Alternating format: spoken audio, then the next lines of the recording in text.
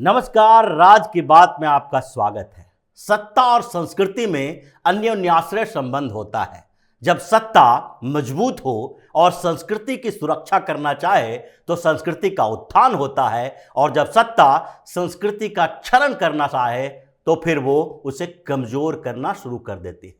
इसीलिए सत्ता के साथ ही संस्कृति का विकास होता है, धर्म का विकास होता है, और सत्ता बदलते ही धर्म और संस्कृति कमजोर होने के कगार पर भी चली जाती है। यह इतिहास साक्षी है। जब धननंद ने सनातन संस्कृति के खिलाफ कॉन्स्पिरेसी करनी शुरू कर दी तो चाणक्य ने सत्ता के परिवर्तन के लिए चंद्रगुप्त को चुना, क्योंकि उन्हें लग रहा था कि बिना सत्ता पर कब्जा किए हुए फिर से सनातन संस्कृति को मजबूत नहीं किया जा सकता है। कुछ ऐसी स्थिति आधुनिक भारत में भी हुई। लगातार लंबे समय तक सेकुलर गैंग ने सत्ता पर कब्जा करके रखा, भारत की संस्कृति के साथ खिलवाड़ किया, धर्म को कमजोर किया, सेकुलरिज्म का सारा बोझ हिंदुओं के ऊपर रख दिया और हिंदुओं को ऐसे कमजोर करने की कोशिश की गई कि मानो अगर उन्होंने मुसलमानों के समर्थन में अपनी पूरी ताकत नहीं झोंक दी हो तो वो सेकुलर नहीं कहला सकते हैं। अगर हिंदुत्व की बात हो रही है, हिंदू संस्कृति की बात हो रही है, तो मानो वो मुसलमानों को चिढ़ा रहे हैं, यानी कि इस्लाम खतरे में आ जाता है। लेकिन हिंदुओं के खिलाफ जितनी भी ताकतें लगा दी जाए वो हिंदुओं को, हिंदुत्व को खतरे में लाने वाली बात नहीं होती है। इसी तरह के 2014 में सत्ता परिवर्तन हुआ और 2023 में अब इसकी ताकत जो दिखाई पड़ी है वो सनातन संस्कृति के पुनरुद्धार के एक तरीके से ताकत है, क्योंकि पीएम मोदी ने गणतंत्र दिवस के मौके पर कर्तव्य पथ पर जो झांकियां दिखाई है उसमें सनातन संस्कृति पूरी तरीके से हावी रही। दिखा दिया गया कि धर्म और संस्कृति किसी देश की सबसे बड़ी पहचान होती है। हालांकि ताकत का प्रदर्शन भी जरूरी है, लेकिन ताकत के साथ साथ धर्म और संस्कृति का आधार बनाया जाना भी सबसे बड़ी जरूरत महसूस की जाती है। इसलिए इस बार के गणतंत्र दिवस के परेड में जिस तरीके से हिंदुत्व की ताकत दिखाई गई, सनातन संस्कृति का जो झांकियां दिखाई गई, उससे सेकुलर जो गैंग हैं वो परेशान हो गए हैं। सोशल मीडिया पर बार बार इसका इस्तेमाल किया जा रहा है कि किस तरीके से अलग अलग राज्यों ने जो झांकियां निकाली है उसमें हिंदुत्व का प्रदर्शन किया गया है। यह बड़ी ताकत है, क्योंकि जब कोई विरोधी इस बात के लिए परेशान हो जाता है कि देश में एक बड़ी क्रांति हो रही है, तो इसका मतलब है कि वो दिशा जो क्रांति की है वो सही है। और यही इस बार गणतंत्र दिवस पर दिखाई पड़ा। उत्तर प्रदेश की झांकी निकली तो उसमें अयोध्या, राम मंदिर और उस तरीके से जो लगातार हिंदू संस्कृति के स्तर पर चल रहे दीपोत्सव हैं उसकी झांकियां दिखाई गई।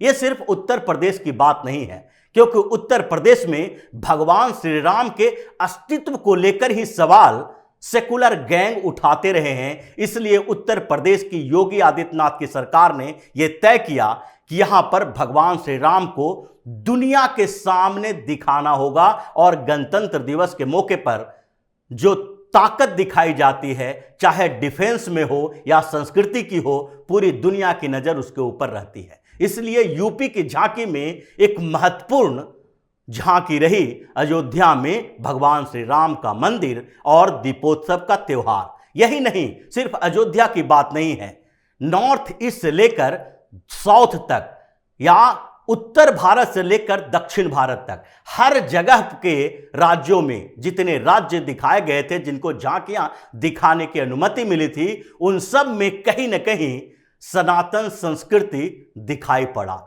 यहां तक कि झारखंड में जहां कांग्रेस की सरकार है, झामुमो के साथ गठबंधन है, कांग्रेस और झामुमो की सरकार है, जो लगातार हिंदुत्व विरोधी पार्टियां रही है, इन लोगों को भी मजबूरी में मंदिर का झांकी दिखानी पड़ी। और वहां पर भी भगवान शिव के देवघर मंदिर की झांकी गणतंत्र दिवस के अवसर पर कर्तव्य पथ पर दिखाई पड़ा।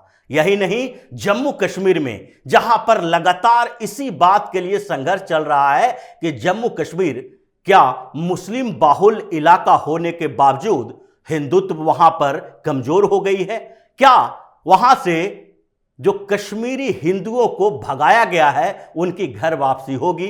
या क्या जम्मू कश्मीर में व्यवस्थाएं, सरकार और सरकार का नजरिया बदल रहा है? इस बात की जो इसका प्रदर्शन हुआ वो गणतंत्र दिवस पर हुआ, क्योंकि इस बार गणतंत्र दिवस के परेड में जो झांकियां दिखाई गई जम्मू कश्मीर की, उसमें सबसे महत्वपूर्ण और सबसे आकर्षक झांकी जो थी वो अमरनाथ गुफा की थी। अमरनाथ में बाबा बर्फानी के दर्शन के लिए जो वहां की झांकी तैयार की गई थी, ये जम्मू कश्मीर की सांस्कृतिक विरासत की पहचान है। यह दिखाया गया कि जम्मू कश्मीर यानी कि कश्मीर की घाटी के क्षेत्र में जहां मुस्लिमों ने धीरे धीरे वहां के संस्कृति, जो सनातन संस्कृति है, उसको कमजोर करने की कोशिश की, मुस्लिमों की जनसंख्या बढ़ गई, वहां पर बार बार से बात होती है तो अल्पसंख्यकों की होती है। इसलिए यहां पर भी यह दिखाई देना जरूरी है, बताना जरूरी है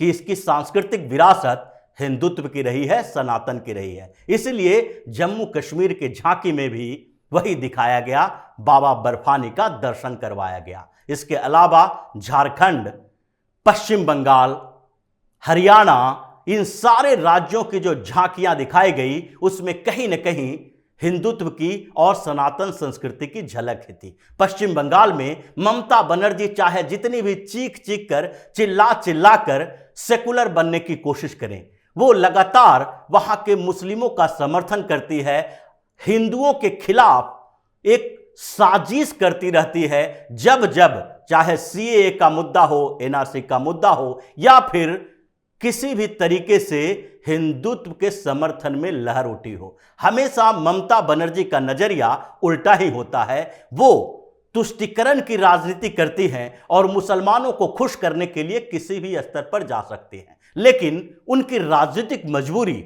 और केंद्र सरकार पीएम मोदी का वो जबरदस्त अंकुश इस बार की झांकी में पश्चिम बंगाल को भी ये दिखाने पर मजबूर कर दिया कि वहां पर की संस्कृति का सबसे बड़ा प्रतीक दुर्गा पूजा है, और वहां के झांकियों में दुर्गा पूजा के पंडाल की झलक देखने को मिली। क्योंकि ममता बनर्जी को भी ये पता है कि पश्चिम बंगाल में अगर राजनीति करनी है तो वो हिंदुओं को नाराज नहीं कर सकती हैं।